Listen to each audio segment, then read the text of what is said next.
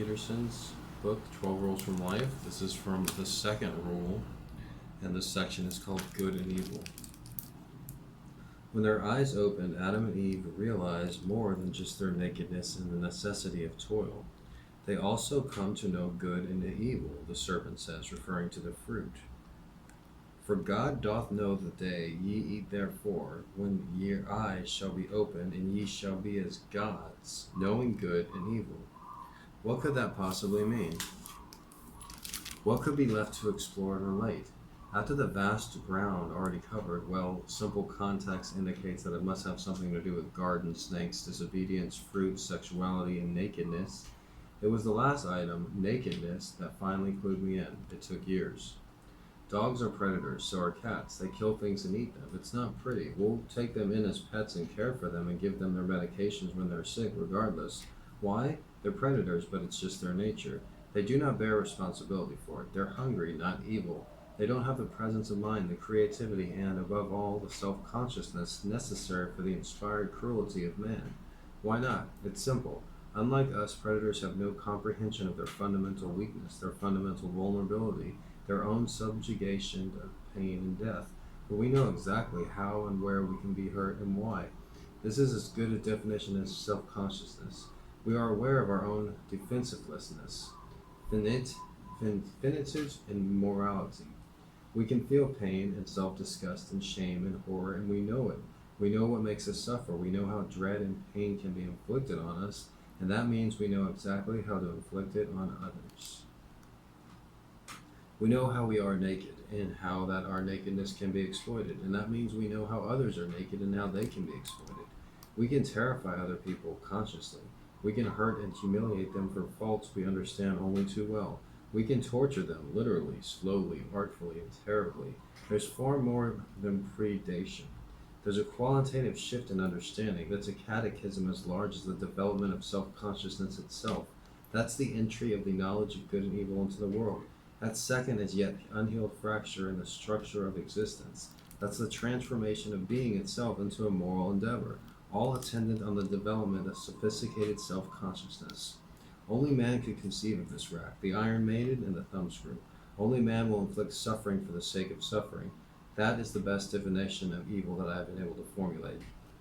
Animals can't manage that, but humans, with their excruciating semi-divine capacities, almost certainly can. Yeah, that's true. Humans are the only people that give people suffering for the sake of suffering. Animals don't seem to be as sadistic nearly as humans.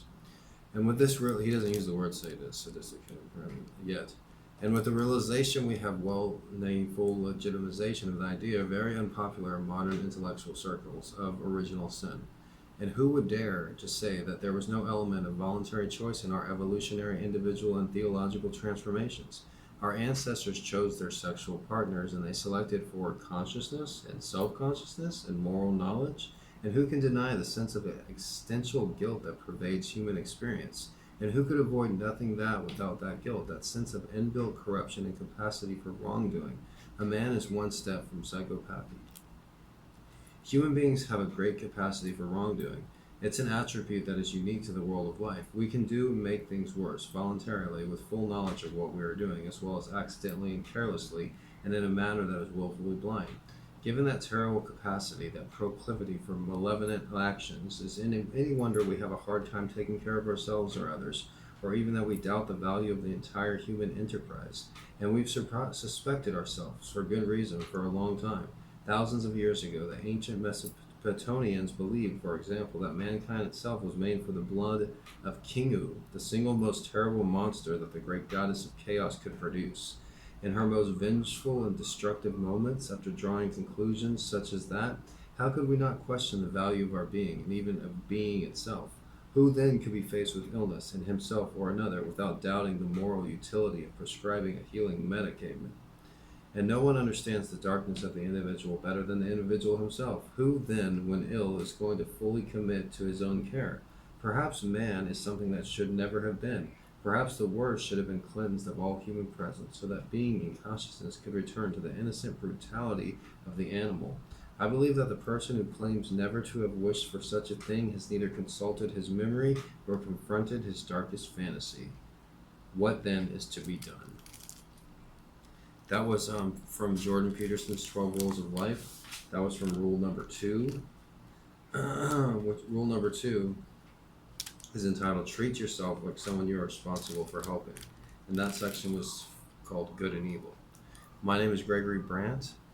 Don't click the thumbs up button. Click the subscribe button and check out my own book. It's called Gonzo Education. There's a playlist right on my channel. So thanks for watching. Have a nice day.